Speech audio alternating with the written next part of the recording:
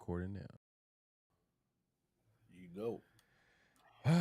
Man, what a week, man. It's been a crazy week, man. It's been a crazy week. Very eventful. Hey, shout out to Lester Cotton. Shout out to Trey Regis. Shout out to Chris Warren III. Shout out to Keelan Doss. You know. Shout out to Taiwan Jones. Hey, it's the preseason All-Stars, baby. Teo Johnson, Jerron Kreiner. You know what I mean? Man, you got us an all-star preseason lineup right there. Was it Alvis Whitted? Alvis Whitted? Alvis Whitted. Man. Take it away back. Carlos Francis. Man. Oh man, number 10, huh? That was number 10. Yeah, that was number 10. Out of Texas Tech. Or Johnny Lee Higgins. Johnny Lee Higgins. Oh yeah. If y'all Raider fans in the chat, man, y'all know who we talking about right here, man. But don't forget to clock in, like the thumbs, man. Like, comment, subscribe, and hit that notification bell. Here we go. Great Pharaoh. The gift of Troy is a fabulous fabric from the land of the 5 rivers.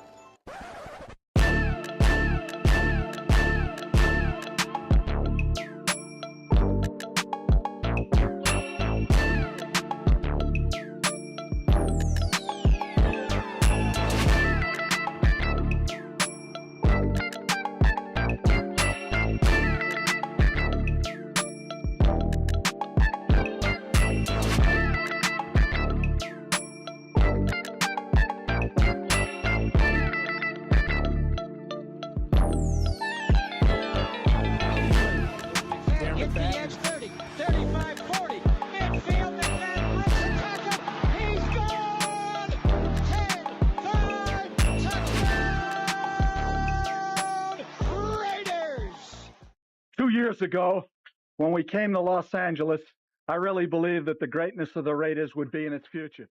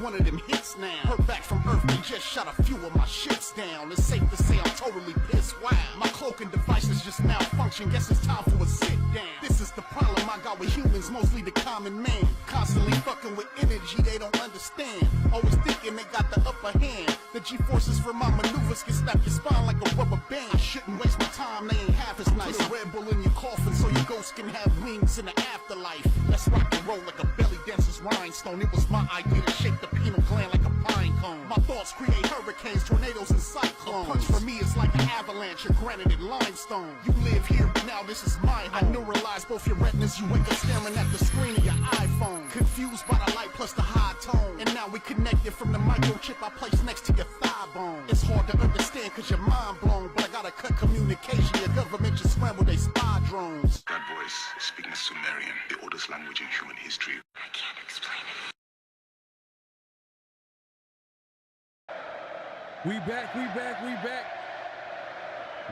We back for another edition of Around the Shield. You already know, man. You already see it, man. We got Big Mike Raider, we got D Severe Raider, and of course myself, Pharaoh NFL, man. We appreciate everybody coming through.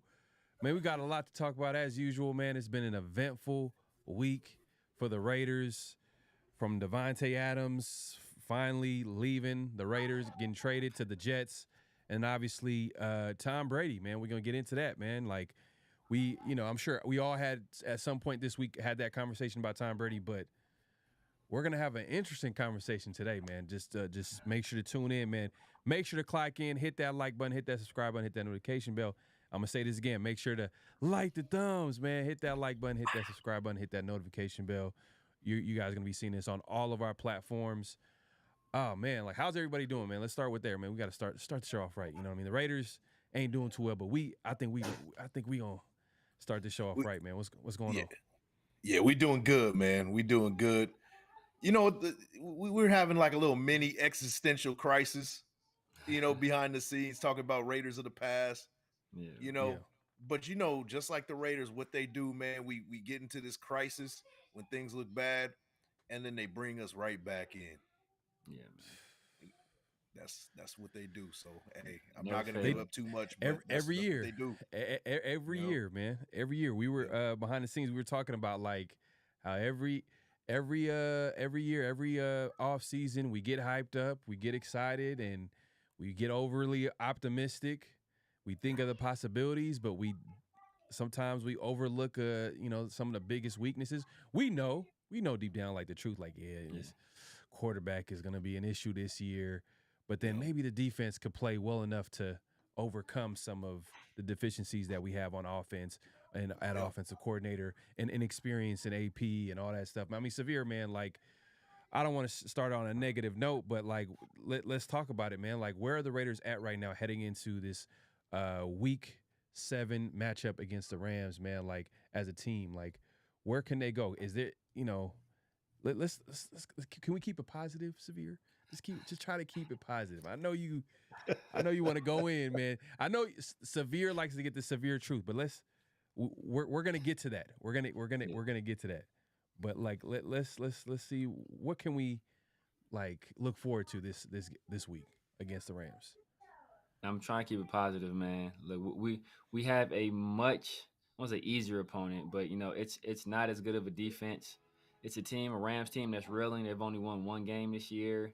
So, and we're basically, it's another home game. We're in SoFi, basically are at home. So, I'm hoping that we can, do something, right? We should be getting Jacoby back, hopefully. So that'll be offensive weapons. Yeah. But the way we've been playing, man, like, it's like, would it really matter at this point? Would it really matter, man? We need to get the run game going, and we need a big bounce back from Aiden, man. And we need Luke Getsy getting his bag. Maybe Luke Getsy goes up to the booth and calls players from the booth. Maybe that helps him. Maybe that does a little something. It's something that's been floated, but we need to do something, man, because we sad right now. We sad. Hey, you might have a point there, man. It changed, I think, the perception on Patrick Graham when he went up to the booth. Like, it felt like there was a big difference from him being on the sideline from him in the booth, and defense obviously played well. I mean, this is their third or fourth year in that system. Doesn't look too good, but injuries is definitely a key part to that. But Mike, man, like, going into this, let's talk about it. Let's look at it from the perspective, because I've been talking about the defense, and because everybody's been talking about the offense and they play calling and AP and quarterback, but like, just defensively going against the Rams, like, do you think we have a chance to at least slow this team down coming off a bye week? I mean, the Rams are kind of struggling this season, but you know, they're dealing with injuries themselves too. I mean, going into this game, do you think that Raiders defense can get back on track? Yeah, I think so. But for severe, they say that, if you don't have nothing nice to say, don't say nothing at all. And I was halfway thinking you weren't gonna say anything at all, bro. So it's good that you did say something though. But as far as is the Raiders defense go versus offense, you got the Rams offense. They run an 11 personnel, right? They like to run the 3 receiver set. They got 1 tight end. They got a pretty good running back in Kyron Williams. We're gonna have to tighten up as far as making tackles. That's gotta happen. This hasn't happened all season. We saw it in the preseason. The writing's been on the wall as far as the tackling goes. Yeah, these boys gotta wake up because Kyron Williams will break you. And if that happens, that's open up the play action. They like to run play action from setting up the run, so that means it's going to be the tight end breaking free and doing things like that. So you're going to see the Raiders in a lot of nickel coverage right now. So Deablo did a decent enough job in coverage. The linebackers did a decent enough job. We got to get with those 4-man rushes. Even Hobbs, throw him on the line and send a blitz. You got to do stuff like that. Whoever's going to be on Cooper Kupp needs to stick on Cooper Kupp. I think this is a big assignment for Jacorian Bennett. He's been playing. He's been one of our bright spots this season. So I would like to give him that big assignment and stick on Cooper Kupp. Be in his back pocket, be the mirror. So that's what I'm looking for. I'm looking for the defense just to be a little bit aggressive. Send a 5-man, send Hobbs on nickel blitz. Have the linebackers ready to go for coverage, especially against that tight end, especially if they want to do play action and stuff like that. And stop the run. Stop the run. For crying out loud, just stop the damn run. Kyron Williams can break you. He's not as big as Najee Harris, but this dude runs with a lot of power. So you got to bring a hat if you're gonna hit him. So that's what I'm looking at with this defense. They got to bring a hat, cover well, stop the run, prevents the play action from being effective. Yeah, no, I agree 100%. We've been saying that all season. Like, I felt like the beginning of the season we were overlooking it a little bit, and then it was just a problem that didn't go away, and it's their lack of tackling. I mean, we talked about how, like, going into last week's game, like, they're like one of the worst tackling teams in the NFL, and it continued this game or last game, and they struggled. But you mentioned Jacorian Bennett, man. Jacorian Bennett he's our best corner this year. Yeah. Who would have thought? One of the big surprises this season. Jacorian Bennett is the best corner on the roster, and that says a lot about him and stepping up from his year one and how he struggled and went through the motions as far as being a rookie and being injured, and he's stepping up this year. But then it also says a lot about Jack Jones a little bit too. Would you say he's playing Severe? How would you rate Jack Jones' play this year?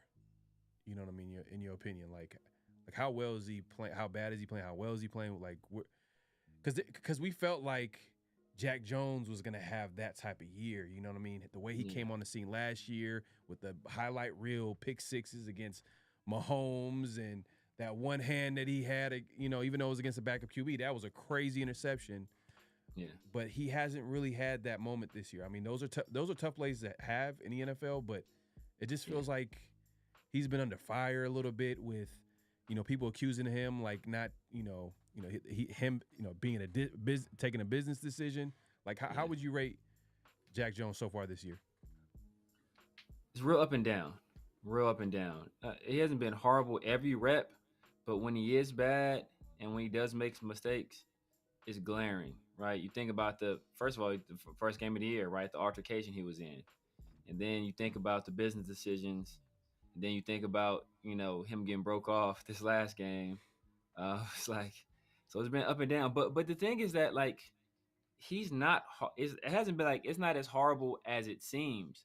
I just think that people had such high expectations that like him not meeting those expectations makes it look worse than it actually is. It's like if you're LeBron James, right? Let's use LeBron James, right? And you go out there and score 15 points, like damn, that's a bad game for LeBron. Yeah. But like if you're like a bench player and you go out there and you score 15, like man, dude had a great game. Right. So now those expectations are you're not a mid-season acquisition anymore. You're not the dude we picked up off waivers. You're Raiders' #1 corner now. So those expectations are a little bit different, and he's not meeting those expectations of a #1 corner. But he's not. Yeah, no, I agree. I don't think he's playing like terrible football, bad football. It's just that his play style, you would think like he's kind of a big play type of corner. I don't know if we would necessarily call him I don't know if we would call him a shutdown corner. Yeah. Jacorian kind of is taking that role a little bit, like where he might not necessarily get the big interception, but you won't hear Jacorian Bennett get scored on, catch. I don't know if any. I'm speaking too soon, but I don't know if anybody scored on him this year. Last year I felt like he was a big target when it came to opponents scoring touchdowns on him, but this year I'm not sure if I can't really. I don't believe. Maybe so. someone in the chat could let us know, but Jacorian Bennett, man, I feel like he's just held his side, and I think you made a good point by putting him on Cooper Kupp. But then they have another guy. Is Nakua going to be playing this game? I doubt it. No, he's still out. He's still out? Okay. Still out. Yeah. So that's a benefit for the Raiders. Raiders. Is going to be the other guy. Yeah, and we'll take. Actually, you know what? Let's take a look at the injury report real quick. Actually, let's go put that on the screen, and we'll take a look and see how healthy the team is going to be looking this week for the Raiders and obviously the Rams. Let's see here. So as we can see, we got starting Adam Butler, had a knee injury, but he fully practiced this week so far. So I think he's going to be good to go. I mean, obviously that Friday practice is going to be big. Max Crosby, he's going to make a weekly appearance in this because he's recovering from a high ankle sprain, and their whole recovery strategy is just not practicing, like not having practice. Probably focus on recovery. Hey, Severe, man, I think you're going to be happy about this. Tommy Eichenberg has not practiced all week. He's not practiced all week. McAllister, man, hopefully they have this guy. I mean, I think he might have been active last game. I think they need to find a way to get him to return some of these footballs, because I don't want to see Amir Abdullah return footballs. I know they trust him a little bit, but like, hey, we need a spark on this team, and somehow, some way, it has to come from somewhere. So he fully practiced this week. Jacoby Myers did not practice. You know what I mean? So we'll pay attention to that all important Friday practice. Just looking at it right now, like I'm gonna scroll down real quickly. We got Cole Miller fully practiced. Started the week by not practicing. Thayer Mumford looks like he's gonna be healthy this week. Dylan Parham, man, is it the Achilles? They're listing it as a foot. Did not practice. This is good. Jackson Powers Johnson, he's on the injury report, but he fully practiced. So, and Zamir, limited practice. So he might. I want Zamir to be in there, man. Because after Madison, Lobby, he scares me, bro. I mean, I actually want Lobby to play during this season, because it's the best time to play right now when the Raiders right now are kind of trying to figure out who they got on the team. But looking at the injury report, John Jenkins, hopefully he should be good. Hopefully, Jack Jones, same illness too. Yep, Jack, same thing. But he's limited. Yeah, I think But he did come back with a limited practice on Thursday. So like I said, man, all the Friday practice is going to be the important practice to let us know if they're going to be playing during the game. But just going through this, Mike, what is your biggest concern just by looking at the injury report for the Raiders? Jacoby Myers, once again. That's our #1 receiver now, Yeah. and we lose a big piece of that offense when he's not there, you know. And if he doesn't play again, then we're gonna see heavy Brock Bowers. I even said this before, you know, just putting Jacoby in the mix. Say he does play, I still think that this is a huge Brock Bowers game. I can see a career high in catches. You know, they don't have the best linebackers. You know, they got a bunch of youngsters on that defense. So if you look at the lineup on offense and defense, Brock Bowers is the best player on the field on both sides. Yeah. He can absolutely dominate this game if he wanted to, but it only helps to have Jacoby Myers kind of being that, you know, that second option, that second legit option, instead of like trying to force feed, you know, our guy Brock Bowers. So Jacoby Myers for sure is the most important person, because you could argue and say Dylan Parham, but Jordan Meredith did well. He played well this week. So, you know, we can kind of live without that for a week. But Jacoby Myers, we absolutely need him. We absolutely need him. Yeah, man. I agree, man. I mean, Severe, like, I feel like you're probably going to go Myers, or do you feel like someone else on this injury report is a big concern that he's possibly going to miss a game? Nah, man, I would go Myers. You know, second will be Parham, but we've seen Jordan Meredith in there, and he held his own. So, as Mike kind of alluded to, we can kind of go a week without him. But yeah, man, Myers, I think Myers is huge, just because we have to generate something offensively, man. We are one of the worst offenses in the league right now, and you know, we need a guy. And the thing about Jacoby is that Aiden and him have a real good chemistry. And like even when Devontae was in there, like he'd be like looking for Jacoby. Like I got Devontae over here, and I'm looking for Jacoby. So, you know, having him back, I think that would help kind of settle Aiden down a little bit. You know, maybe he wouldn't be so frantic. He knows he has a safety valve out there, and a guy like Jacoby. So I think that might help him, you know, play a little bit better. I 100% agree. On top of chemistry, I mean, Myers has a higher catch radius. I mean, if you're looking at our two starting receivers last week, you got DJ Turner, you know, who's solid. I like DJ Turner. I feel like he's made some strides as a player, but he's not a big receiver. And then Trey Tucker, even smaller. So like that means a guy like AOC has to be super accurate. Like he can't miss at all. He can't throw it at a spot. He has to make sure it's on point, and room for error I think is smaller when you have guys like DJ Turner who are not as big, and obviously Trey Tucker. I mean, it sounds like Mike, you look like you're about to say something. Yeah, I'm just kind of thinking about last game. We didn't see Trey Tucker touch the ball at all last week. Yeah.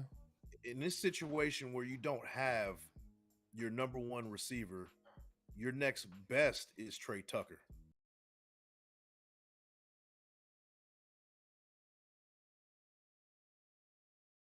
In my opinion. Yeah. Why not treat Trey Tucker in the equivalent as you would treat a Steph Curry in the NBA? Steph Curry is moving all around the damn court. You gotta, you know, account for him everywhere. He's gonna pop on you as soon as he touches the ball. He's running around the court. He's trying to find the ball. How come we're not doing that with defenses with Trey Tucker? Motion him left, motion him right. Hey, where's Trey Tucker? Let's find him. Is he in the backfield? I don't know. Is he a slot receiver this time? Is he on the outside? Where is Trey Tucker? Why aren't we playing where is Trey Tucker with these defenses?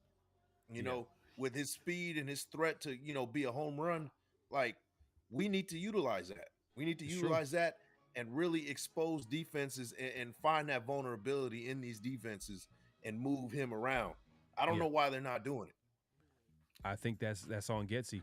Getsy needs to get back to what he did a couple of games ago, where he was able to get, you know, DJ Turner and, you know, in this case, Tucker, the ball in different ways. You know what I mean? As far as, you know, rushing the ball, running reverses, you know, teams got to respect that speed.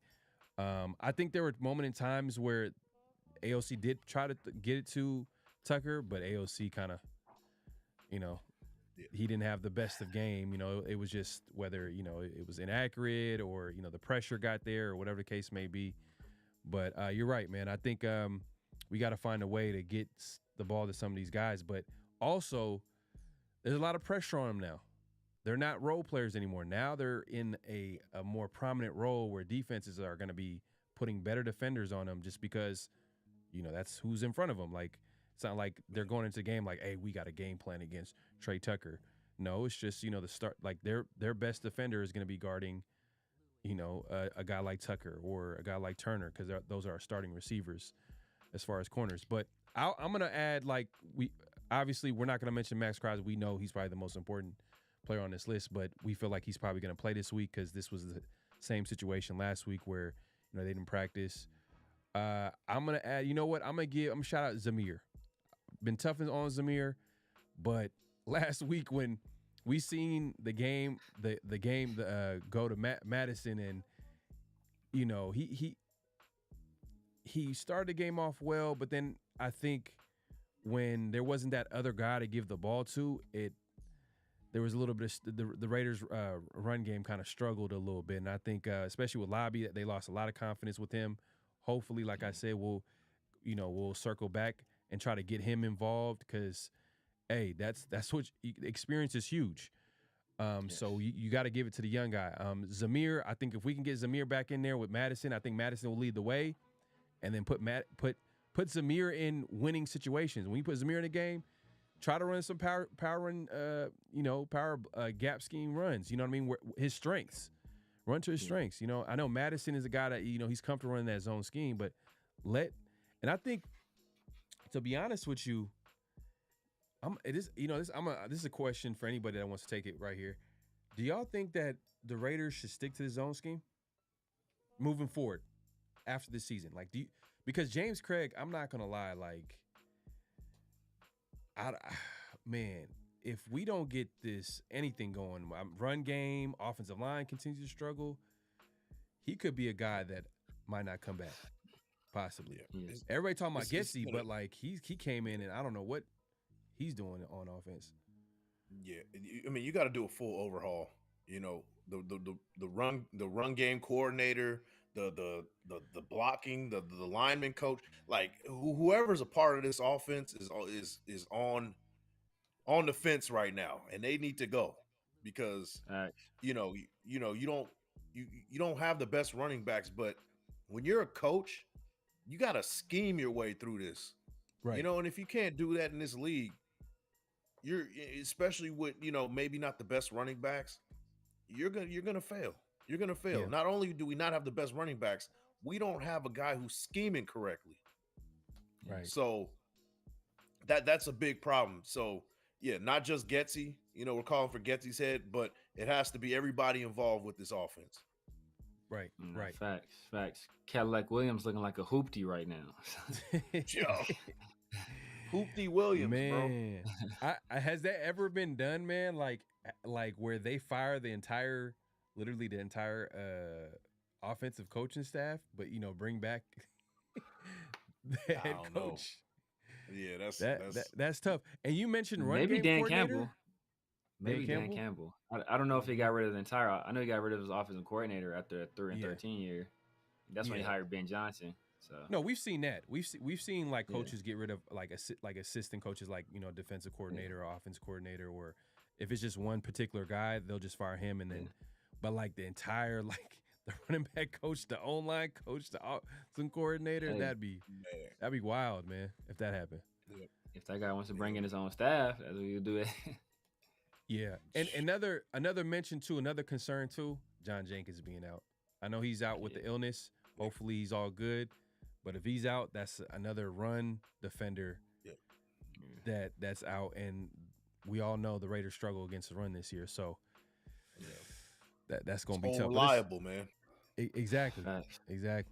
Let's take a look at the Rams real quick. Let's see if they're dealing with They're coming. Hey, look, the Rams are fresh off a bye week, so they're going to be pretty much healthy. Yeah. For this game, and they're dealing with injuries that are not probably showing up, like more long-term injuries. Like I think, Nakua was one of those. I think maybe at some point that he comes back this season. Who knows? But yeah, these are the guys that are on the injury report, and it looks like they're kind of trending to play this week. So yeah, hey man, Rams get paid too. You know, the Rams get paid, the Raiders get paid, so they're gonna have to go out there and figure out a way to win on Sunday. But yeah, man, let's get to keys to the game real quick, and figure out what's the big key to winning this game, Sabir. I mean, I kind of talked about it a little bit when we were talking about the injuries, but I think we have to get this passing attack going. I think, you know, we need to, whether it's with Jacoby coming back or whether it's, as Mike alluded to, giving Brock 15, 16, 17 targets, and not just targets, like you give him like 5-6 carries, like do whatever you got to do to get the ball in his hands. We seen what he does with the ball in his hands. He is a menace, so we just got to get this passing attack going. Harrison Bryant, get him involved, get our backs involved out of the backfield. Like Amir Abdullah and Madison, they're both very proficient pass catchers. That should be more a part of our game. If we're struggling with the run, use some of these little halfback swings, like do some of that stuff to kind of, you know, supplement that instead of the run. So we just have to, like, against a defense that's struggling, we have to put up some points. We have to put up some points because our defense is struggling as well. Nah, I agree. But I think to me, it's gonna have to start with that run game, and I think that's a big key for me this week. Is the Raiders need to get that run game going because, look, we can keep saying this. It's the elephant. It's an elephant in the room, but at the end of the day, like you got to run that football. You got to run that football. And Mike, if you could take it away real quick. Hold on 1 second, and to, you know, give your big key of the week. So we got to get the run game started, and I think the run game needs to be started to set up the play action pass for Brock Bowers. Now I'm looking at their linebackers, Troy Reeder. He's been in the league for about 6 years. He has a run defense grade of 58.3. And he's the starter. Who else? Christian Roseboom, been in his 5th year in the league. He has a run defense grade of 47.9 at the linebacker position. They have a bunch of youngsters up front, you know, with rookies Jared Verse and Braden Fisk leading the way. Yeah. Kobe Turner. Like, this is a young squad that can be had when it comes to the run game. So if we're going to start running the ball anytime this year, it's got to be in this game. It's got to be in this game. And with that, you set it up to get Brock Bowers going and going often. Play action pass to Brock Bowers like your life depended on it. I want to see him, like you said, bro, 15, 16, 17 targets, 12 catches, 150, 140 yards. I gotta see it. I gotta see it. This should be his all-pro coming out party in this game. There's no reason not to. No reason not to at all, man. Especially know what I want to see. I want to see us do to the Rams what Tyler Warren and Penn State did to your Trojans. That's what I want to see. God, bro. That dude had like 20 catches. targets, like 17 catches, like almost. He had over 200 plus, right? 200 plus yards. Yeah, bro. He got a touchdown from the center position. Yeah. Oh yeah. On a trick play. Yeah. On a trick play. Yeah. We need to use him like use Brock like Penn State uses him.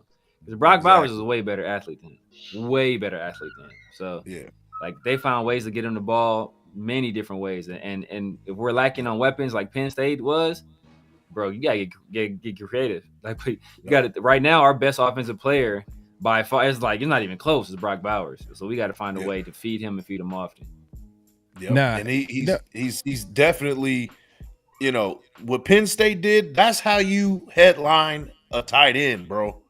And that's what we need to be doing. Put him everywhere. Yeah.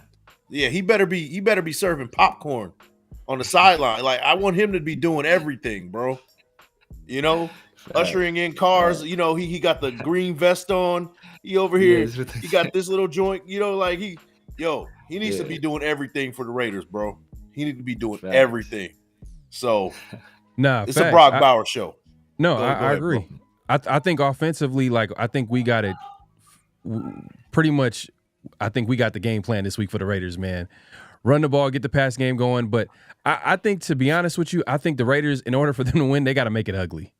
They got to make it ugly, especially a team that's well prepared. They're gonna have a game plan ready. They're coming off a bye week. They're super healthy.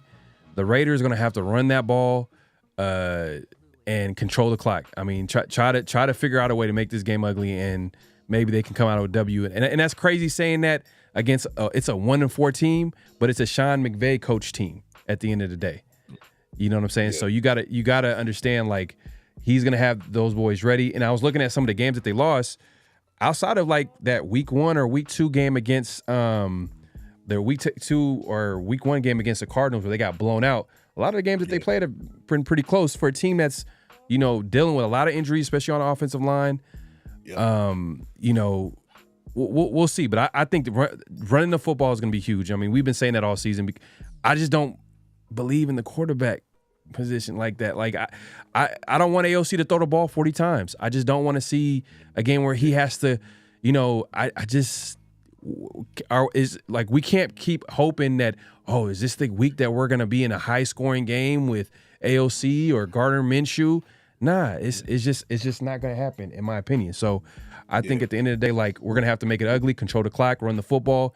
You mentioned guys that get the pass game going, and a big part of that, Mike said, is Brock Bowers. But we're forgetting about the defense. But you know, it is what it is. It's that type of season. Well, I mean, defense got to tackle. I said it already. Defense got to tackle. You know, that's number 1 on the list. You know, Kyron Williams is going to get the ball, and if he's successful and is effective, that's just going to set up the play action. And I want to see Cooper Kupp be covered by Jacorian Bennett, our best corner right now. That's, you know, and be aggressive with the blitz. Yeah. Okay. All right. Hey, man. I hope Raiders. Yeah, go ahead. I just got two words. Divine Deablo. hey, man, you forecasting right now. You telling the future right now. We gonna get into Divine Deablo today, I believe, right? I think, Mike, you got something lined up for Divine today, or who we got today lined up for extra? Yeah, I got Divine Deablo. For a second, I thought I lost you guys, but Divine Deablo. So, you know, he was our highest graded PFF linebacker or player on defense. Now, I'm going to do a classic game of good, bad, and ugly with Divine Deablo.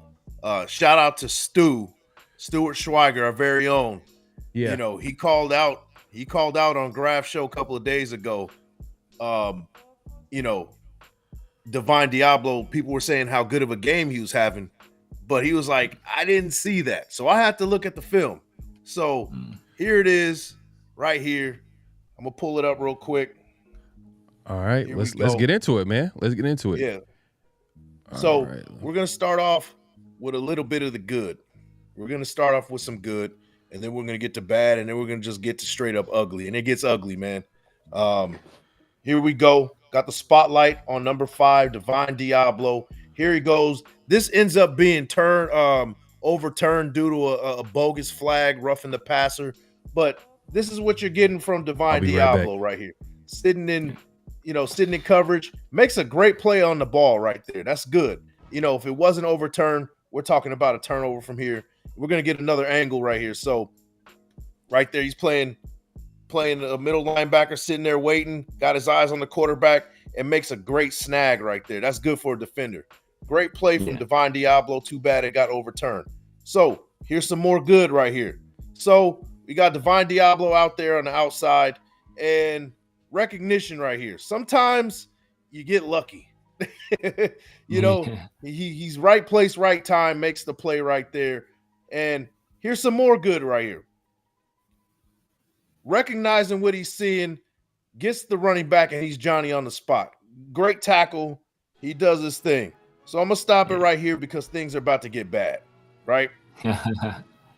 So here we go. You're going to see Divine Deablo popping on the screen, and let's just be frank right here. You know, 22 takes him for a ride. Let's just, as simple as that. We'll see it soon. Here he goes. Gets the ball. Got the spotlight. He gets the ball on the S. He gets on the ball where the S is on the logo. Look how far he goes for a ride. Oh, man. A good 10 yards. He goes for a ride. That is not good. That's poor tackling. That's what we're getting. That's the problem that we've been having with this entire team. And it shows right there, not being that, enforcer, because you need an enforcer at the linebacker position. He's definitely the opposite of that right now. So let's keep it rolling. Let's keep it rolling. So some more ugly right here, guys. Some more bad right there. Where's he going? Yo, where did he go? Like, where is he going? The running back has the ball, and I don't know what gap he was looking at. I don't know where he was going, but you've seen this throughout the whole game where it was like, okay, where you going, bro? Where you going? I'm going to let it ride out, but it just makes a poor angle. A poor angle. You'll see some more bad angles right here. Got a motion, and he's playing middle backer right in the middle, right over center. And here he goes. And I'll show you more bad angles. Where are you going? Where are you going? It's like you're not even getting blocked, really. And you have the perfect opportunity to make the tackle or at least kind of disrupt what's going on. But he just makes a poor angle, and it just looks like poor, effort. It just looks like bad effort. So let's see some more. This one's really bad. This one gets real ugly, man. So spotlight on number 5. See right here. Let it ride out, and you're going to see exactly what I'm talking about. This is ugly. This is ugly. So he's covering the linebacker, but as you notice, he didn't even react to what was going on with the ball. Like as soon as you see that quarterback take off, you kind of forget. You got to forget about that swing pass. Let's just be honest, right? And he just totally he looked at the dude and was like, "Hey, that's not my job," Spotlight on number 5 once again. Here we go. He's supposed to be on the swing pass. He's covering 22 on the swing pass, and he's just not even. He's a non-factor. He's not even in the screen at some point. Right there. Where is he? Nobody's home. Nobody's home. So here's the next play. It gets ugly. Some more ugly. So here he goes. Let it ride out. Let it ride out. And here we go. He gets the ball. And then make the tackle. Finish the play. Gets completely ran over by Najee Harris. Going on for another ride. And, I hate to just nitpicky about what's going on with him. I think your audio went out, Mike.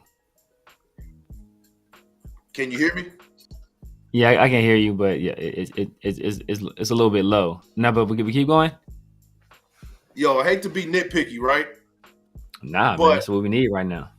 Yeah, I hate to be nitpicky, but the truth of the matter is that he had some good plays, but it was overlapped by a numerous amount of bad plays that he had. And that's just unacceptable. It's unacceptable. I know his PFF grade was high, and when Stu pretty much his antennas went up and was saying that he didn't have as great of a game as people thought, I had to check it out. And to my surprise, he was right. He was right. Deablo didn't have the game like that we thought he had. And moving forward, we're going to need him to step up, especially with tackling. We need him to be more alert. We need him to have some more sense of urgency, because it seemed like he was out there not really putting that full effort in, So that's Divine Deablo. We'll see moving forward what happens to him. He had a better game, but I won't say that he had a great game. Okay. So I'll leave it at that. So from what you saw, was his struggles more so in the run game, or was it a mixed bag? He struggled in coverage and he struggled in the run game as well. Yo, can you hear me? Yeah, I can hear you. All right, I had to take my headphones out for whatever. I'm having difficulties, but you know, for him, I think that coverage was there. His coverage was I can't complain with the coverage, but as a linebacker, you want him to kind of be at stalemate. You know, get to the line of scrimmage and stop the run.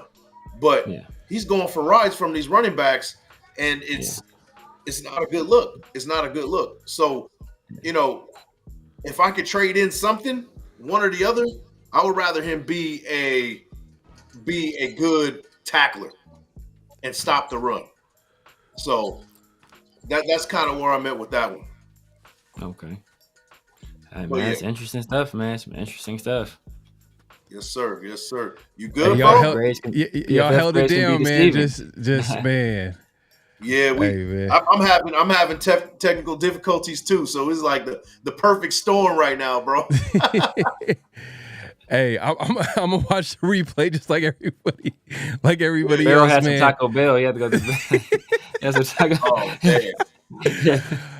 Oh man, but hey, Crunch Wrap Supreme alone, bro. But I already know, man.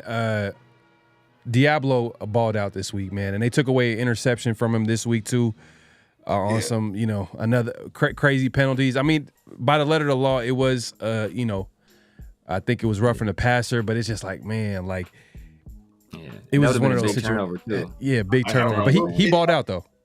I will say this though, man. He had some good moments, but I had to point out his bad moments. And his bad moments were real bad. Oh, he has some. Wow. I mean, but I felt like this game, I think, and I was telling Savitas, I was like, bro, this might have been his best game I've ever seen. As far as making plays, I didn't see, he was making plays in the pass game, making plays in the run game, but then you said that you seen some bad plays. I'm going to watch the replay. I ain't going to have you repeat yourself, man. Everybody make sure to click and hit the like button, hit the subscribe, hit the notification bell. My guys held it down, man. These guys know what they're talking about. Let's actually get to Around the Nation. It's that time, man. It's that time for Around the Nation. And what's everybody's been talking about, everybody's been talking about the trade with Devontae. Yeah. We've been talking about that for the last few weeks.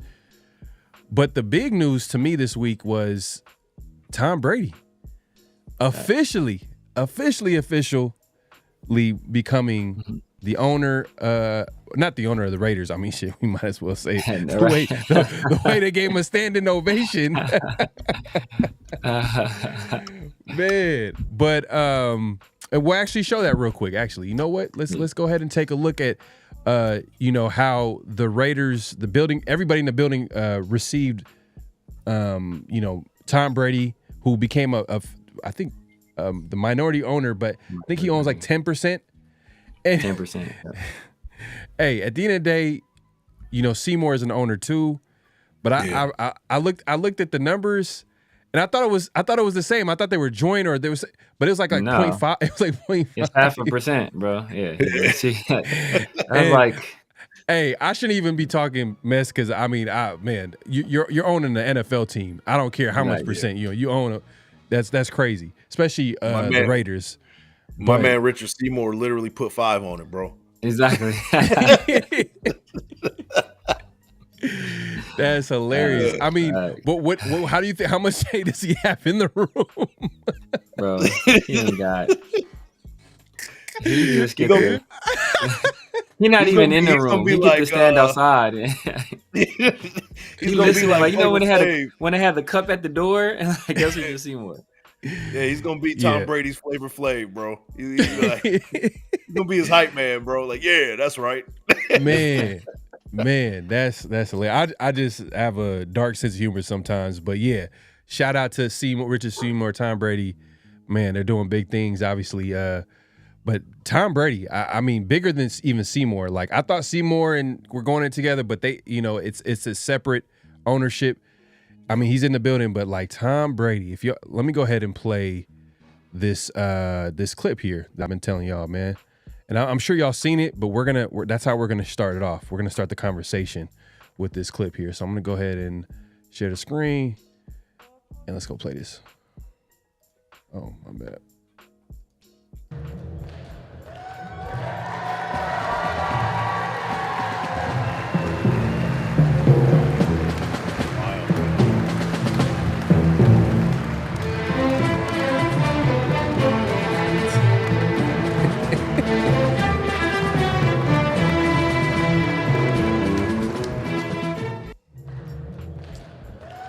You know, there's a longer clip, but like, just hey, they gave him a standing O.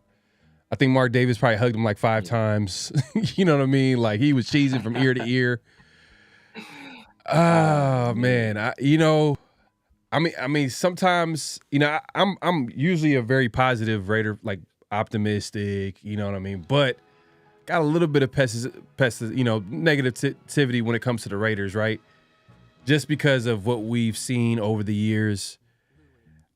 I don't know it just looks kind of weird to give an expatriate who had one of the most infamous plays in Raiders history, the tuck rule, give him a standing O, like the whole building give him a standing O. I know we brought in McDaniels, so maybe that was a precursor to Tom Brady kind of coming in. But what were your thoughts when y'all seen that ovation? I mean, I was just like, it was kind of surreal. I mean, how did like the Hall of Famers that played with the Raiders feel like? You know what I mean? Like, what the hell? Like this guy just comes in from another team, just, you know. But I mean, Mike, if you want to chime in, there's one thing to like give a welcome aboard package, you know, like a fruit basket or something, or a gift certificate. Welcome to the team. This dude got a parade to bring.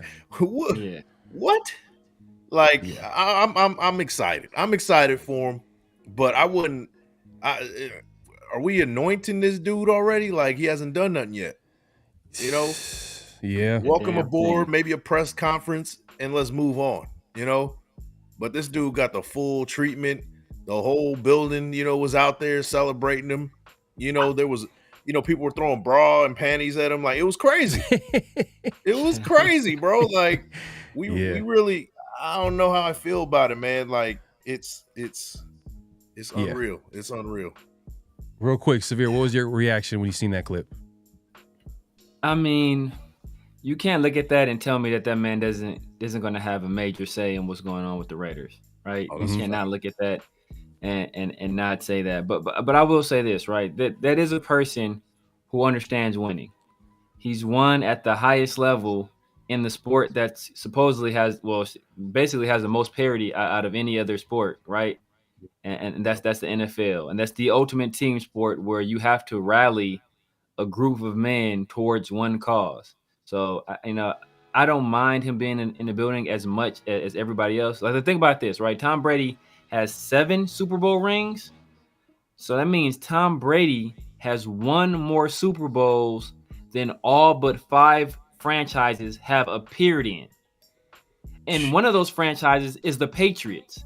So you count that as there's only 4 teams who have more Super Bowl appearances than Tom Brady has Super Bowl rings. So if you bring that type of winning to this organization, that's been struggling. We haven't won a Super Bowl since free agency started. We haven't been really good since free agency started. So if you can bring the guy that, you know, can help set the culture, I think that can be big. Yeah. Now, hey, man, I hope it like works out, man, because the more I think about it, the more I'm like, this is not a situation where we hired Tom Brady as president of football operation or GM or any of these guys. Like, if this doesn't work out, Tom Brady's still the owner of the Raiders. Yeah. Like, it's not gonna change. And that being said, like, obviously, if it doesn't work, and what I'm implying, I guess I'm just gonna wait on that conversation a little bit, because there's a couple of clips here I'm gonna play here that might interest y'all. One is from Gronkowski, and he had a lot of good things to say about Tom Brady, real quick, and I'm gonna go ahead and play this real quick. For sure. I'll play it real quick. My bad. This did say that Tom's going to play a role in that he's going to be sort of evaluating who that quarterback should be. That's huge. Well, that's a good point, and that's the truth. Tom knows talent better than anyone else. He knows how to evaluate a player. I remember just being one-on-one with him in meeting rooms, and he's going over the guys that are covering me, and he can break them down in literally 1 or 2 minutes to the T. He can tell you their skill set. He can tell you their weaknesses. He can tell you their strengths, and that's what Tom, brings big time, is just, to the table, is just being able to know the skill set of a guy and what, type of player he is, and what, types of strengths and weaknesses that the guy has, and what situations that this guy will, survive and thrive in as well. I love Mark Davis did say that Tom's going to play a role in that he's going to be sort of. So real quick, let's actually react to that real quick.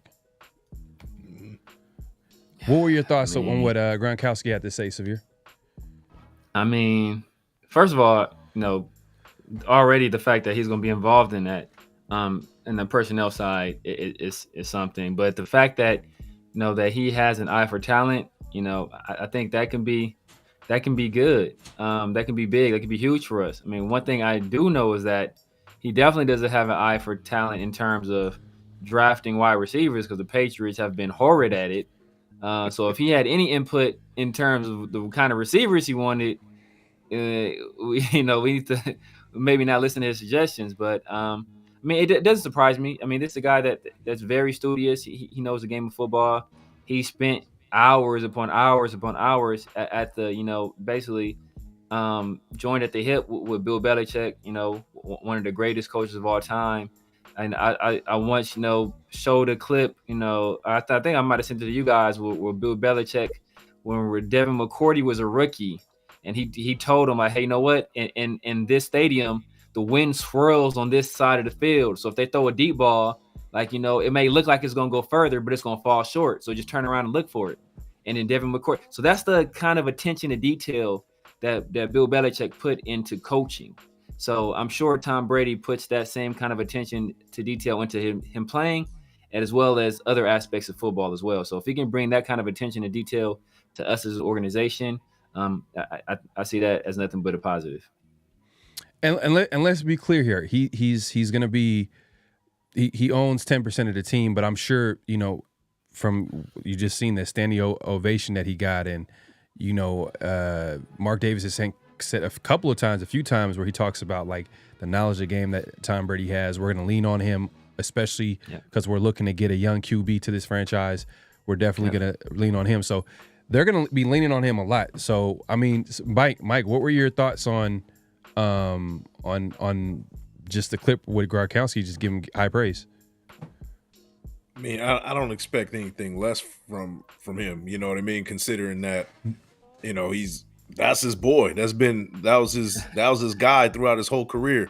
If he said anything otherwise and other than that, it'd be kind of like, oh, that's a little odd. You know what I mean? Like, to me, I kind of take it with a grain of salt, to be honest with you, just because, I mean, he what is he supposed to say?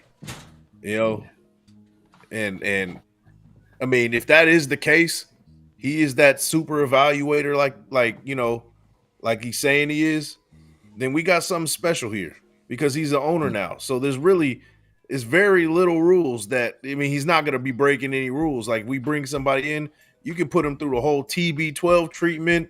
You can, bring them in and make sure they're on good diet and, doing this and that. And so I'm excited to a certain extent. I'm a little cautious about it just because, Gronk is supposed to say that. He's supposed to say it. So, but we'll see. We'll see. Next season is going to be pretty interesting as far as, how they evaluate and how they treat these new guys coming in. And, the TB12 effect. Does that affect us with free agency? $108 million in cap, Yeah. Does Tom Brady being on board, does that attract free agents? So, that's the part that I'm excited about. Yeah, man, I hope so, man. I hope that it has a really positive effect for the franchise. I mean, like I said, Gronkowski had it's high praise to even say that, but that's his boy. You know what I mean? That's his teammate that he's played with for years. He's gonna try to hype him up and be super positive. I don't think he's gonna take any shots. I think they have a really good relationship. I mean, he was at the celebrity roast, and they're all laughing and joking around. Like, that's Brady and Gronk. They're good friends. So, I'm not gonna expect anything less as far as what he has to say about Brady becoming a pretty much an owner for the team and having influence on that franchise. I mean, on the Raiders franchise. But real quick, let me play this last clip here, and then we'll wrap it up real quick. Let's see here. So Marcel Reese had a chance to talk to Jim Rome. Y'all remember Jim Rome? Jim Rome. Yeah. So he gave his thoughts on Brady's role with the Raiders. Mentioned that you served as an advisor to Mark Davis, working for the Raiders front office. The NFL owners approved Tom Brady to become part owner of the Silver Block yesterday. Do you have a sense, though, of how hands-on Brady is going to be in the team operations? Like, do you think that Mark Davis is going to be looking for Brady to play more than a minor role? How does that play out? Well, Mark, Tom's a really good friend, and Mark is family to me and a mentor, as everyone knows. I will say this: Mark does nothing without a ton of thought involved in it, and this was a long time coming. It took a lot of time and effort for this to happen and to come to fruition. I'll say this: I think that as Tom is going to be able to be as hands-on as Tom wants to. Mark doesn't want figureheads. He doesn't need figureheads. What he wants and desires is success. Period. He got that from his dad and Al Davis. He wants success. So when you have a team, and especially right now, even in the immediate, who is reeling and looking for a quarterback, who better to evaluate any quarterback than the greatest quarterback to ever play the game? So I will say this: Tom Brady's going to be able to be as hands-on as Tom Brady wants to. Hey, look, I mean, I understand where he's coming from, but is being the greatest player always being the best talent evaluator? I mean, we've seen it in other sports like basketball. You know, Michael Jordan is, we all know, one all-time great, one of the greatest athletes, obviously greatest players that ever played a game of basketball in sports. Not the greatest talent evaluator. We've seen him with the Wizards and the Charlotte Bobcats, or what are they called nowadays? Are they called They're not even called the Bobcats anymore. It's just the Hornets. They went back to the Hornets. Yeah. You know what I mean? Like it's just, you know. But that being said, hey, you got two people talking about his evaluation skills. Facts. Gronk saying like, man, this dude knows what he's talking about. And why are they talking about this? It's because they know that his role with the Raiders, it is going to be bigger than him just being an owner, a minority owner. He's going to have a big say. And this goes back to, and we talked about this severe too on the last show, 50-50, make sure to check it out every Tuesdays, where we said like, hey, Tom Brady coming to the team might be what Mark Davis was implying a year ago when he says he needed someone to pretty much be or oversee that GM, that head coaching spot. I mean, Severe, what did you take from what Marcel Reese had to say? First things first is I always see Marcel Reese with a hat on, and now I understand why. Yeah, he's been fighting it for a long time. He's been fighting it for a long time, man. But I mean, kind of like Mike said, and kind of like what you had said, you know, before we hopped on, like he has a bias. You know, he has a very close relationship with Mark Davis. He used to, you know, like there's a thing like after every game they would go to Hooters and like, you know, have wings, and you know, so like that was like they're like legitimately friends. So like he's not going to say anything negative about this signing. He's going to, or about this, you know, transaction. He's going to paint it in the most positive light. I expect nothing less. But, you know, he made a lot of valid points. And one thing I will say about, you know, Michael Jordan, we saw him as an executive, but Mike wasn't always necessarily the best leader, right? And we saw the same Bulls team that didn't have Michael Jordan. You know, Scottie Pippen was still first team All NBA, and they still went to like Eastern Conference Finals when he wasn't there. So, you know, he was the extra piece on top, but you know, like they still won when he wasn't there. And we've seen what the Patriots have done kind of without Tom Brady. And I think it's in a sport where one player, but quarterback is a little bit different, but one player doesn't have quite the same impact as one player does on the basketball court. So, you know, like Tom Brady is known as the ultimate leader. We hear how he is as a locker room guy. He's also one of the ultimate recruiters. He was actually able to get Antonio Brown to keep his head on straight. Antonio Brown followed him to two teams, right? To New England and then to Tampa Bay, and he's able to make it work long enough for him to win an additional Super Bowl. So I think he'll bring a lot of positivity to the organization. Man, I hope you're right, man. I'm just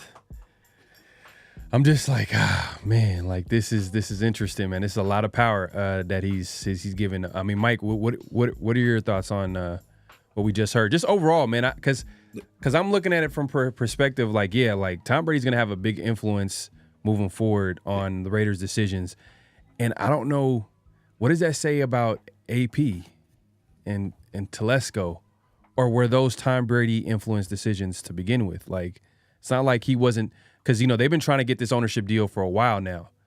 And, I mean, Brady's just a phone call away.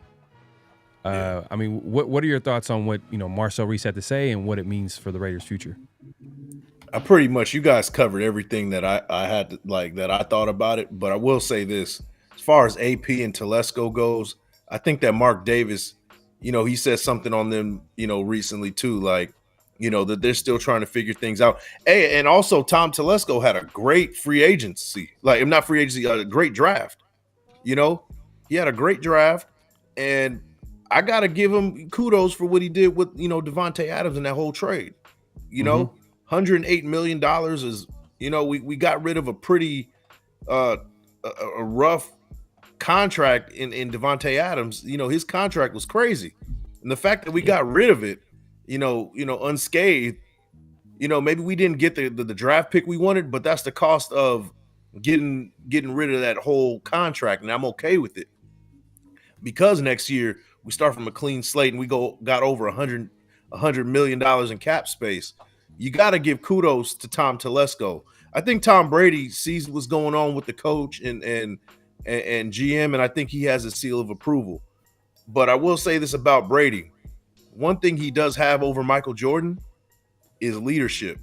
That goes a long way. This is a guy we saw Tom Brady take pay cuts over the years to keep on winning. His demand for on his other teams to bring that intensity and win. We saw that too. We saw that with Jordan, but it was a little bit different because he followed up with hey, I'm taking a pay cut. So we can get other guys in here. So if I'm going to sacrifice, you guys got to, sell out too. Facts. So, that's what we're getting with Tom Brady, that leadership that is probably second to none in any athlete in history of all sports. So, if he can translate that to being in ownership and kind of bringing something special to this team, then I'm all for it, man. I'm all for it, but it remains to be seen. We'll see in the off season. Yeah, no, I agree, man. I think that there's a lot that we got to find out. I mean, moving forward, I think, in my opinion, I think that it's gonna be good that we have a little bit of structure. I'm gonna stay positive. I feel like this gives us a little bit more structure, because we all know. I think everybody can now say hey, Brady is gonna be the guy that is going to be behind the scenes. If AP Telesco stays, and I'm not saying they're gonna get fired after this year or whatever the case may be, Brady is gonna be a constant, and he's gonna have a footprint on this team, and there's gonna be some changes. I don't know what that's gonna be, what it's gonna look like. We're gonna see what that quarterback is gonna look like, because we know the Raiders are probably gonna go after that position. Does that kind of put a fire to Telesco to be a bit more aggressive? Because Brady is hey, look, we got to get this done. Now you have someone outside of, Mark Davis, who probably was saying that last year, but he was probably listening to a lot of people. But Brady's going to be nah, I'm telling you, this is what we got to get done. And we haven't had that since, Al Davis. So this might be a good thing. We'll see. I mean, I'm a hope for the best. I'll just put it that way. I'm a hope for the best, man. But Tom Brady, he's gonna be leading the franchise, and some people are implying that he might be the owner of the Raiders one day. You know what I mean? There's a possibility that might be because there's no heir apparent for Mark Davis. He owns partially owns the Raiders, but hey, you never know. You can make some chess moves, buy some steak, whatever the case may be, you know what I mean? Like, make it happen. But let's move it on, man. I couldn't wait to get to this, man. I was gonna be honest. I'm done talking about the hold on 1 second. Y'all hold it down real quick for me, real quick. Yeah. Hold on 1 second. I got you. Yeah, man. This dude had a great record, and he's not gonna let us hear the end of it. You already know he's not. You already know he's not, man. He about to keep this thing. He about to rub it in, but it's all good though. It's all good, man. But one thing I like what you talking about. You talking about Tom Brady taking a pay cut in order to improve his team.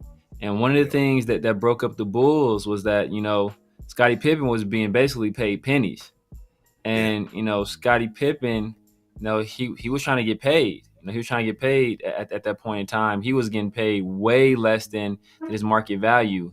And, Michael Jordan actually asked Scottie Pippen to take less money to stay with the Bulls, right? To stay on that same sorry contract he was on in order for the Bulls to run it back.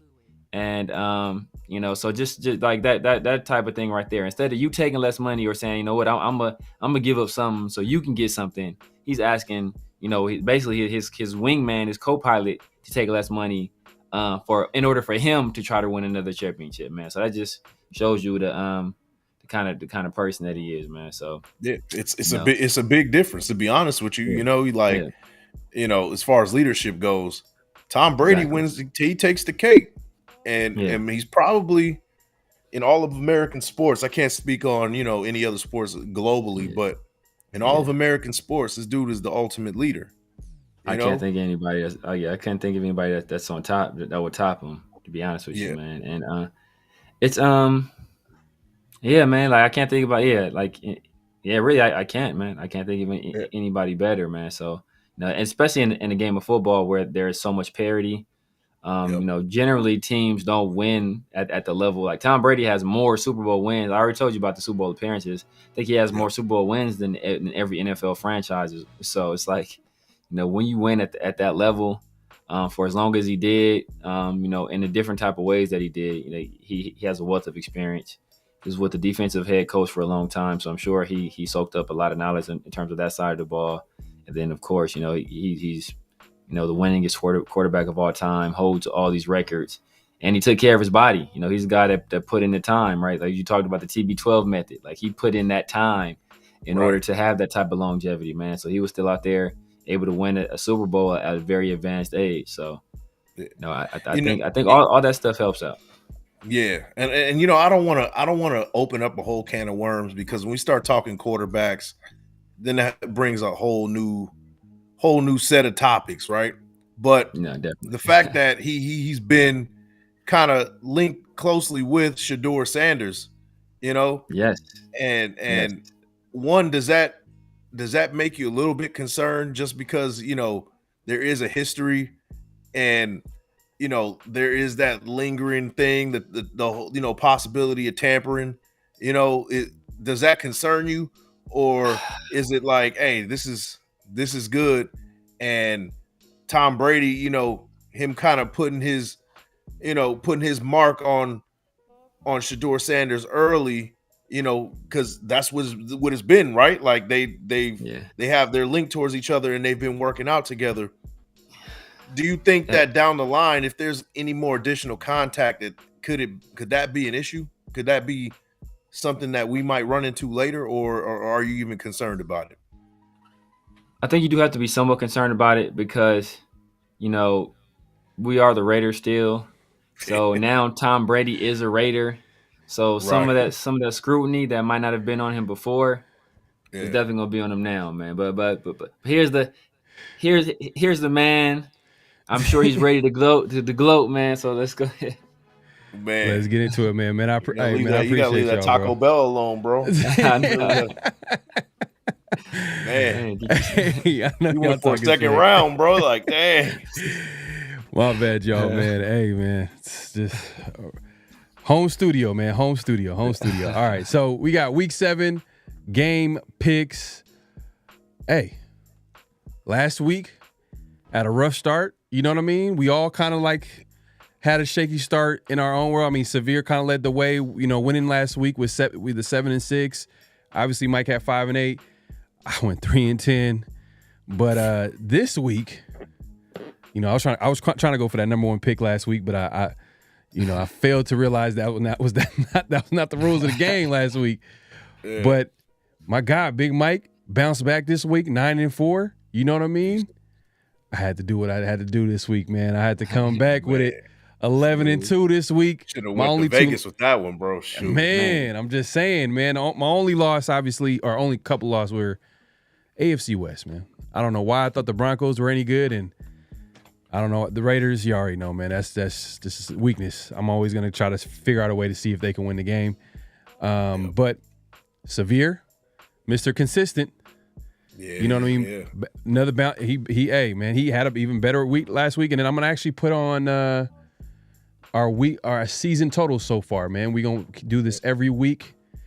I think last week was our first week where we had the game picks, and I think our season totals this week.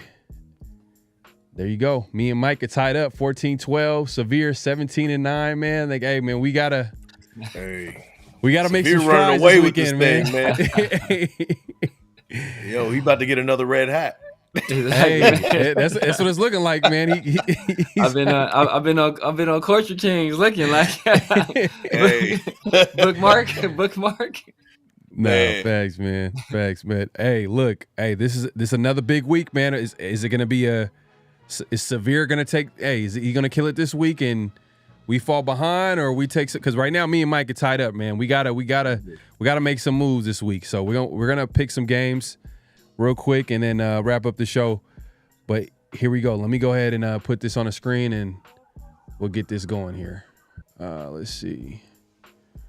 Bada bing, bada boom. Let's actually move it this side here so we can see. All right, so actually, Mike, you kind of get off. So the first game that we have on the slot is the Patriots and Jaguars. Oh, God, rough. Ugly game, ugly. Who's waking up to see that one? I know, and this is the second week in a row that the Jaguars were in London. So. You know, last week it was a little bit. I think it was kind of. Who the Jaguars played? I think I picked the winner of that game too. The Bears. Yeah. Patriots, Jaguars. Yeah. I mean, Drake May. He rookie QB. Mm-hmm. I don't know how that's gonna work out, but Mike, who you got? I'm gonna go with the Jaguars on this one. I will say this though, if the Patriots do win this game, Doug Peterson's gone. He's going to come back on a Spirit flight, economy class, long flight, Greyhound back to the house. Like he's not going to have a job if he loses to the Patriots. He might not even have a job either way, but I'm going with the Jags. This is a pillow fight, but I think the Jags are the better team. Yeah. Okay. All right. Man, this one is tough, man. But I'm gonna go with Jags too. I'm gonna go Jags. Rookie QB Drake May. He didn't do too bad last week. It seemed like, but I'm just stat watching. I mean, I didn't watch the entire game, but I'm gonna go Jaguars, man. Rookie QB in London. You know what I mean? He might be out the night before. Who knows? But I'll take the Jaguars, man. This is a game where it can go either way. Yeah, man. I'm going to go with the Jaguars as well. They've had an extra week there to kind of get their sea legs, if you will. They have a lot of experience playing over there. I do think they have the better quarterback. But they have been eating British food for 2 weeks, so that makes it a little bit tough. But I'm gonna still go with the Jags. Hey, he's gonna be like my man Pharaoh. Man. Struggling right now. Yeah. All right. So let's go to the next game real quick. Let's see. We got We got the Seahawks and the Falcons. Who you got, Mike? Oh man, this is probably gonna be a fun game to watch. I think both offenses can light it up at any given time. I got the Seahawks winning this game. Ooh. Yeah, I got the Seahawks. Field goal. Hey, well, I think there was a little controversy the last time Seahawks played, right? It was I feel like it was the receiver. I think he was up in I think he there was some issue with DK, some issue with the offensive coordinator. I don't know. Is this is it going in the right direction? Usually when you see drama like that, it's not really a good thing. Falcons is rolling. I'm taking Falcons at home, man. Taking Falcons. Same here, man. Bijan, Kirk Cousins playing well. Drake London is playing well. Darnell Mooney's playing well. Got to roll with the Falcons. All right, man. Titans and Bills, Mike. We going Bills. I mean, the Titans are probably besides us, probably the worst team in the league right now. So I'm going Bills. Bills will take care of business. Yeah, this is an easy one. I mean, any given Sunday it could happen, but I just can't trust this situation that's going on with the Titans right now. I think they might be taking a quarterback. The way it's looking, man. Just seeing how the head coach that wasn't part of the regime that picked the quarterback right now, and then now they're losing games, and every week he's a meme. You know what I mean? It's just like it's making mayonnaise commercials, like you know what I mean? Nasty work, bro. Good teams got to take care of games like this. I think the Bills are a good team. They're going to be in the playoffs most likely. I'm taking Bills over Titans. Same here. Bills, they're obviously the better team. The Titans they're kind of a dumpster fire right now. The Bills, I think they're looking to make a statement, put a stranglehold, on the AFC East. Okay. All right. So you got the Bills. All right. So then Mike, Bengals and Browns, division game right here, divisional game. You talking about a team that's is in tank mode. They just got rid of Amari Cooper, the Browns. Bengals win this one and win it big. This starts the momentum swing for the Bengals. Look for them, not even just in this game. They might go for a winning streak after this game. Yeah. Be at 3-4 and back in the mix. I got the Bengals. I got the Bengals. I'm gonna keep it simple. Yeah. Who you got? AFC North battle. Sometimes they get crazy. Deshaun might go in the heater, but I'm going with the Bengals, man. Joe Burrow, Jamar Chase, T. Higgins. It's too much. Yep. Yeah. Browns couldn't beat us. Damn to beat the Bengals. This might be the game of the week, man. Texans Packers in Green Bay. No, there's one better later on. Okay. We'll get to that in a second. Yeah. Mike, who you got? Lambeau Field is tough, man. And Packers are going to be in the all whites. They're going to have the white out in Lambeau Field. And I think it's just too much for the Texans right now. I got the Packers winning this one. Close game, but I got the Packers. Yeah, I mean, this is close, man. I like Jordan Love. He did have like a little bit shaky start. I think he finally got a win or two on his belt. At first, it was like he didn't have a win all season, and the Raiders. I mean, not the Raiders, but the Packers were like literally won all their games under the backup quarterback. But then the Texans, man, CJ Stroud, man, I'm a big believer in this team, man. They got a solid defense. CJ Stroud he's that dude right now. I'm going Texans. I'm going Texans as well. Coleridge is, he's balling right now. He's dealing. They don't have Nico Collins. That is a little bit of a concern, but CJ Stroud, he's just too good right now. And Jordan Love, he's 2-2 as a starter. The Texans have a very, very good secondary. Derek Stingley, Kamari Lassiter, they're locking stuff down. I'm going with the Texans. All right. Severe, I see what you're doing. I see the strategy. Yeah, he over here trying to maintain. I'm trying to make a comeback, bro. Hey, he's like, oh no, I can't have these guys get any ground. Hey, that's why you got to risk it, man. You got to risk it. No risky, no biscuit. Hey, I'm saying. You got Mike kicking onside kicks at halftime. He's trying to catch it. I'm telling you, bro. Hey, he's kicking onside kicks, bro. That's what we real aggressive out here. Dolphins Colts, Mike, we got. Oh man, this is a tough one too. The Dolphins aren't good on the road, man. Like historically, like for a while. Yeah. And I just don't trust the Dolphins right now, man. I got the Colts winning this one, but I have some reservation on it, man. I'm not confident in it, but I think the Colts win this game. Close game. I got the Colts. Yeah, I mean, Dolphins quarterback situation is kind of like, is it Skylar Thompson? Is it, whoever that's on the roster right now? I think they picked up a quarterback that played for the Browns at one point. And actually won him a game, I think. I'm forgetting his name, but Tyler Huntley. Yeah, I think they won the game with Tyler Huntley, or was it Skylar Thompson and one or the other? But hey, look, right now the quarterback, Huntley. So but the Colts, it really depends on like who is starting to. I'm not gonna lie, like it's supposed to be AR. I heard it's AR. AR5. IR5. IR5, yes. Oh my God, man. He should have kept it 15, man. But hey, look.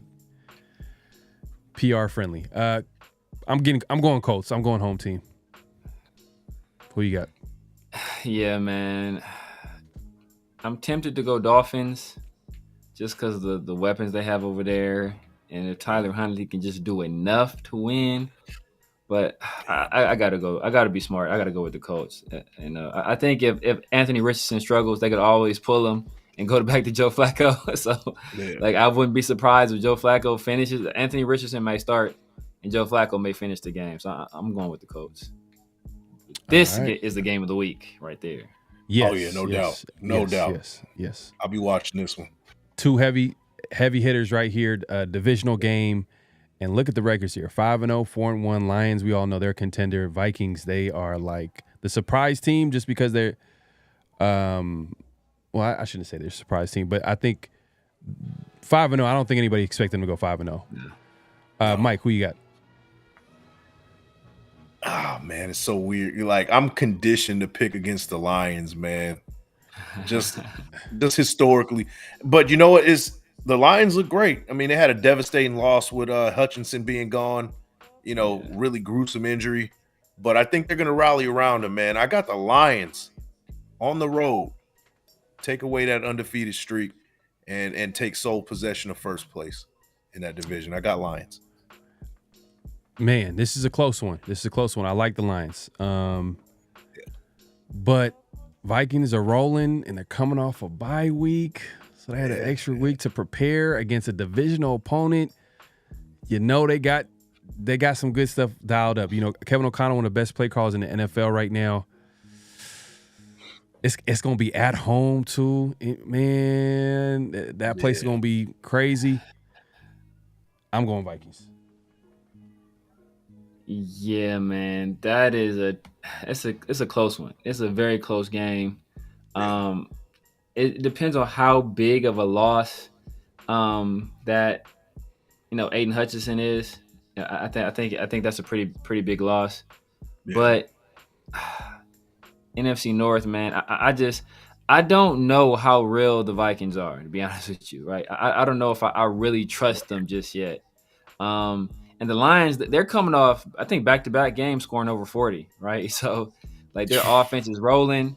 And then just seeing, like, if you see post-game, like, Dan Campbell gives Jared Goff a game ball, and then Jared Goff returns a favor and is like, look, man, you're our rock, and gives it back to Dan Campbell, and Dan Campbell starts getting emotional. Man, that team, they're operating on a different level, man. So I'm going to go with the Lions.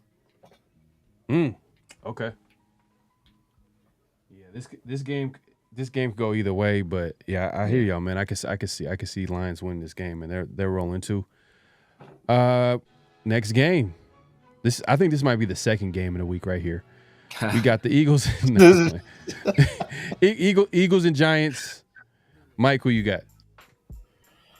Oh man, Eagles aren't the Eagles of last year, a couple years ago. They don't look really great to me, but I think they still win this game. But when the Eagles and Giants face each other, throw the record out the window. This is a heated rivalry. It's dated back for years and years and years. They've been going at it. So many notable, plays over the years between these two teams. But I just think the Eagles are just going to be just too much for the Giants, man. I got the Eagles winning this one, but it's going to be close.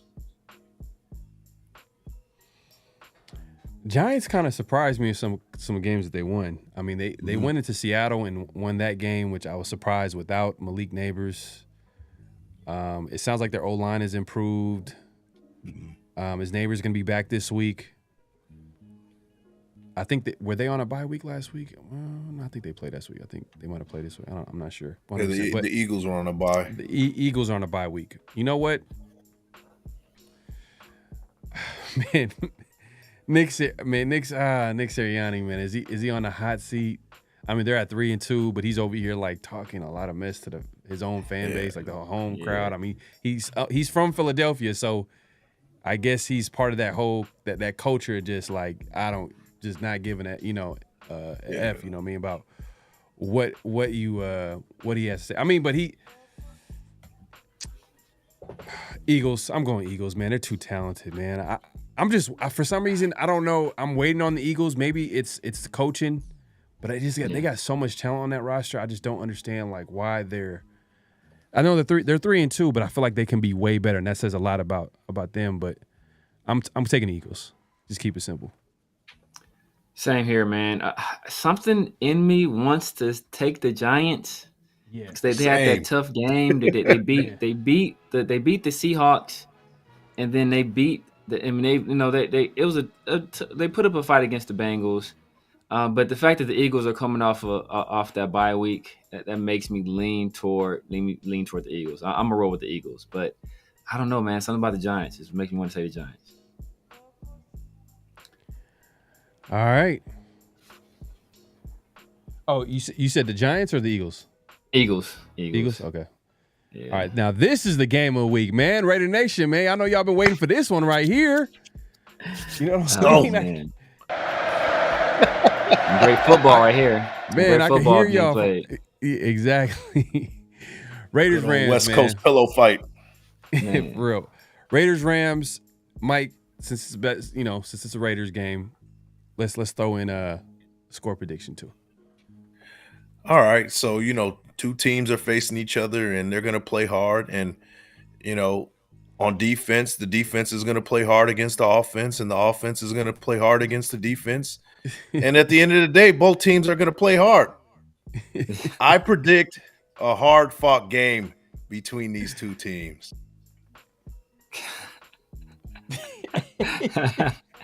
That's his prediction. Are we forfeiting this game? Are we gonna forfeit this game off the game prediction week just to be respectful? Like so we just move on and just like not pick a winner, just because because someone said earlier in the show, man, if you ain't got nothing good to say, don't say nothing at all, right? Nope. But I guess are we gonna agree to that, or are we gonna pick the winner? Yeah, it's up to you, yo. I mean, let's go ahead and pick it. Let's go ahead and pick it. Oh man! All right, I'll pick. I got the Raiders. Go ahead, pick it. You got the Raiders. First win in LA with a crowd. First win in SoFi with a crowd. Raiders win. God damn it. Hey man, Mike has been super aggressive with his picks, man. I like it. Man, this one's tough, man. Sean McVay coming off a bye week. Raiders defense can't tackle anybody.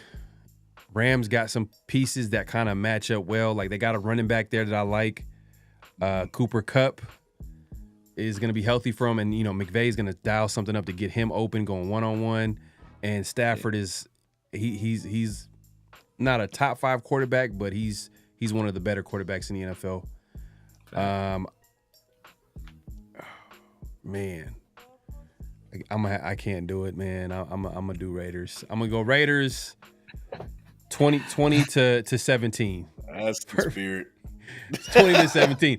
Hey, I'm letting y'all know, man. If the Raiders let me down this week, I gotta get that hat. I'm just letting you know. I gotta get that hat, so I'm gonna make sure. I'm not gonna be picking it with the Raiders. But look, go ahead, Severe. Go pick.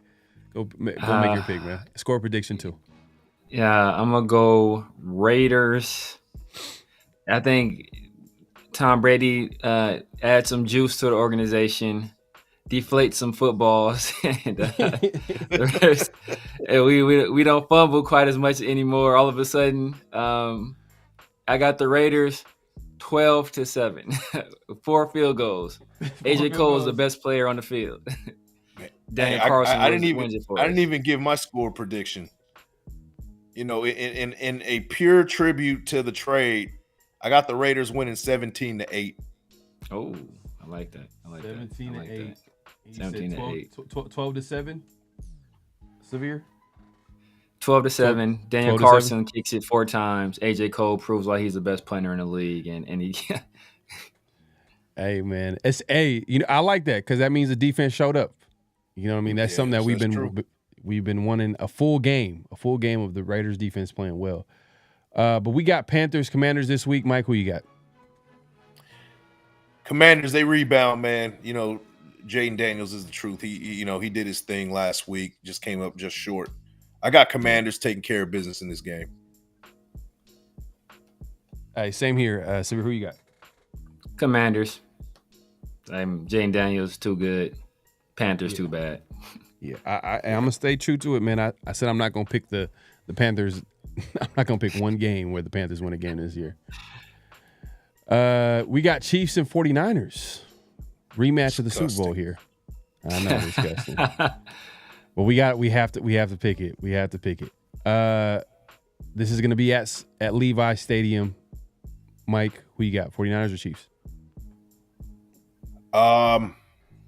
I think the Chiefs continue with the undefeated streak just because I want to be the team that knocks them off first. Yeah. Chiefs win. They come into Allegiant Stadium 6-0, and they get their ass beat next week. Chiefs beat the 49ers. I think the 49ers get their revenge this week. I think Kyle Shanahan probably has a great game plan. I don't think the Chiefs have played. They're 5-0, but I don't know if they played great. No. Like you could say the Vikings has been rolling. Like the Vikings, the Lions. Chiefs are 5-0 at the end of the day, but I don't. You know, there's some games where you'd be like, man, the refs kind of helped them out there a little bit, you know, but it's going to be at Levi's. I'm going 49ers. I guess this is my upset pick of the week.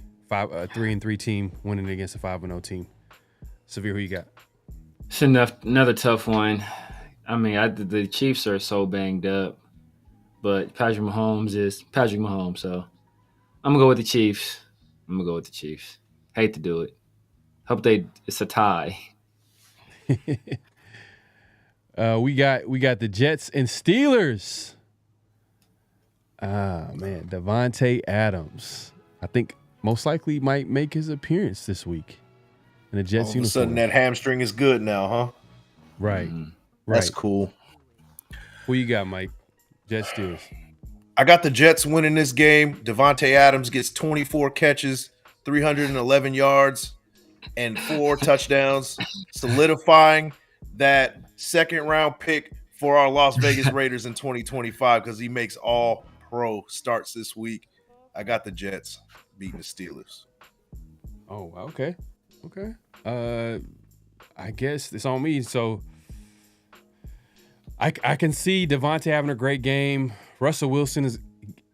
Hey, I know Severe, you heard the news. Russell Wilson's going to get the start this week with the Steelers. It's going to be at home for the Pittsburgh Steelers. Oh, man. I really want the Steelers to beat the, you know what I mean? You know what, for the Jets, just because. Yeah.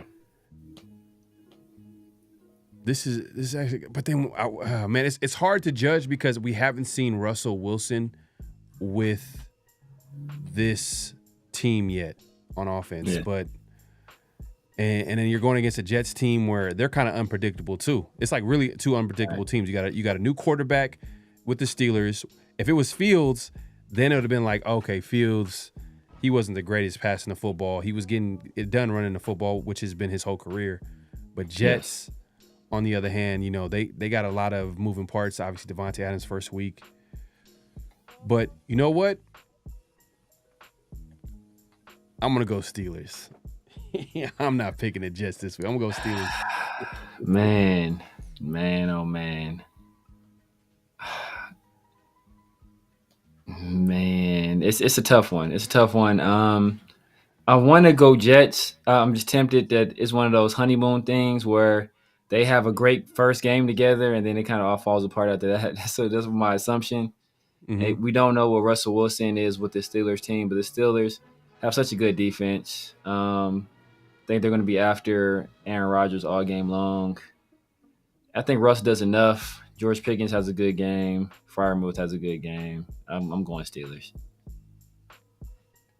Okay, Steelers. But Devontae still has a big game, though. Devontae goes for 200 and lose.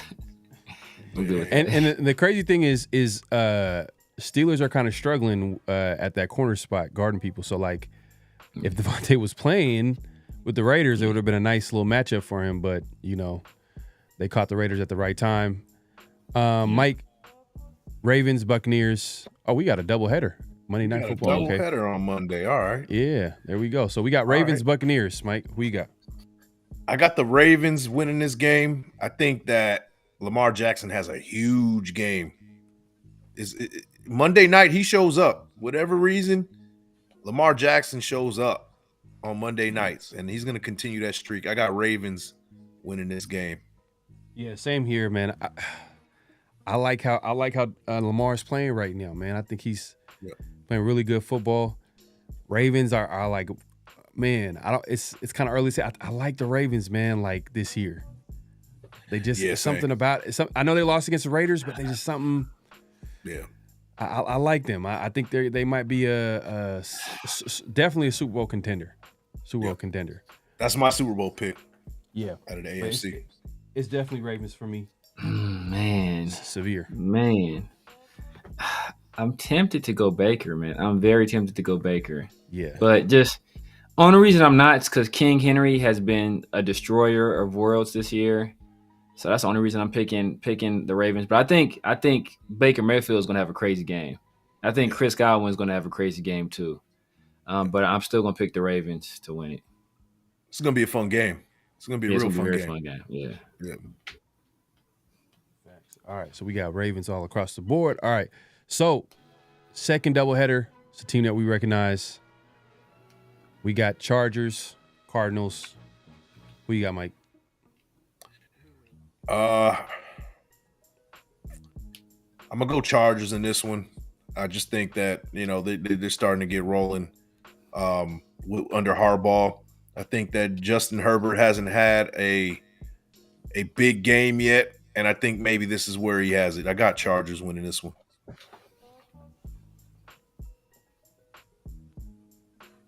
Yeah, I got Chargers too. Who you got, Severe?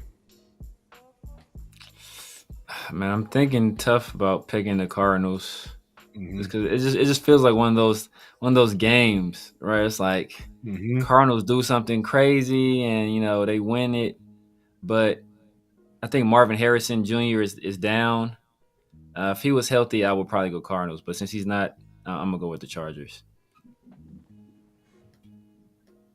All right,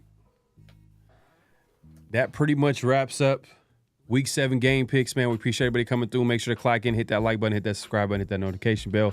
Light the thumbs. Like, comment, subscribe, hit that notification bell. You're going to be seeing this on all of our platforms, so make sure to hit that like, comment, subscribe, and all that good stuff. Got teams on the bye this week, Bears and Cowboys. I think we don't care about this at the end of the day. We don't care, no, but right. But yeah, man. Hey, great show. Appreciate everybody coming through. Had some technical difficulties, but we made it work, made it happen. It's gonna be interesting this week. Hey, look, I know the Raiders ain't playing well, but I'm gonna be looking forward to this game pick. So I'm trying to get that hat for sure. And I know Severe is too, because he was. I'm already looking at Culture Kings, bro. Hey, just going back on the picks. I'm trying to look at the picks. What were your upset picks? Did anybody pick any upset picks? Let me see. I think you did, Pharaoh. Jets over Steelers. Oh yeah, you did. You did. Yeah. I had a couple. Yeah. Okay, so you had Jets over Steelers. Seahawks over Falcons. Oh, that's another upset right there. That's another upset. Yeah.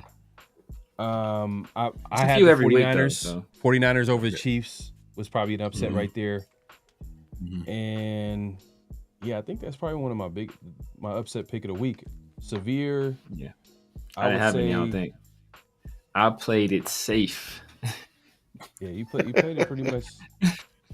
Oh, okay. Maybe the Lions over the Vikings, maybe. But is that really upset? That's a 50-50 game. So yeah. Shout out 50-50. Yeah, man. Yeah. I guess you played it safe this week. You played not to lose. that never works out. That's what I'm saying, man. Yeah, I'm just saying. Hey, I had the Jaguars, right? Didn't I have the Jaguars? I had the Jaguars. I can see Mike having a good week this week, man. Because I'm not gonna lie, like, you know how the NFL works. Any given Sunday, there's gonna be upsets. You know what I mean? Maybe last week there wasn't a lot of upsets, but this week there could be definitely upsets. So I see how Mike was playing it. Yeah, man, we'll see, man. Hey, make sure to tune in next week, man. Around the Shield every Fridays. We'll see the updated record on game picks. But any last thoughts before we wrap up the show? The Raiders, man. I mean, this week. I mean, what are you looking forward to seeing this week? I mean, I know. Look, there's a portion of fan base that say that, hey, look, we need to get this number one pick. We need to get this quarterback. So you know what I mean. At this point, we see the writing on the wall. This is not a team that's going to go to the playoffs. But on one end, it's like we want to watch some good football, and then it'd be nice to watch the Raiders kind of come out with a W, or at least play a good game.